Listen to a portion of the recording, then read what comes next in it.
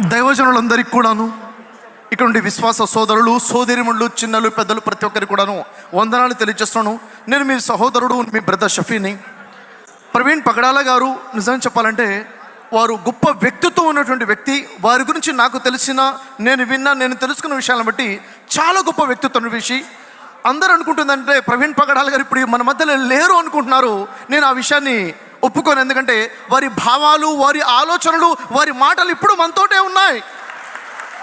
అయితే నేను ఇక్కడ మీ అందరినీ కోరుతుంది, దైవజనులందరూ నేను కోరుతుంది, మనలో ఎంతమంది ప్రవీణ్ పగడాల గారి భావాలతో పాటు నిల్చున్నాం? చేయొద్దండి. ఎంతమంది ఈ భావాలతో పాటు నిల్చున్నాం?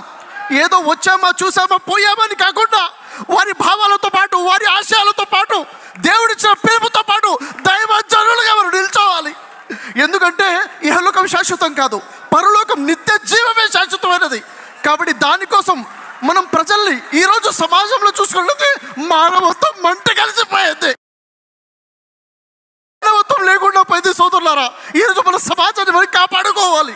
మన సమాజాన్ని కాపాడుకోవాలంటే మనిషిని మనిషిగా చూసే సమాజాన్ని నిర్మించుకోవాలి.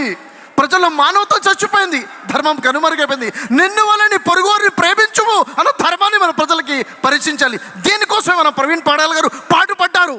వారు చేసిన ప్రయాణం ఊరూరు తిరుగుతూ ప్రజలకి పరిచయం చేశారు. ఇహలోకం కాదు, నిత్య జీవం గురించి మాట్లాడారు. సోదరులారా, సోదరి మనం బిగించాలి. ధర్మం కోసం ఏదైతే నిల్చున్నామో, మనం ఏదైతే జస్టిస్, వి వాంట్ జస్టిస్ అని అంటున్నామో, దానికోసం ఇప్పుడు ఏదైతే ఐక్య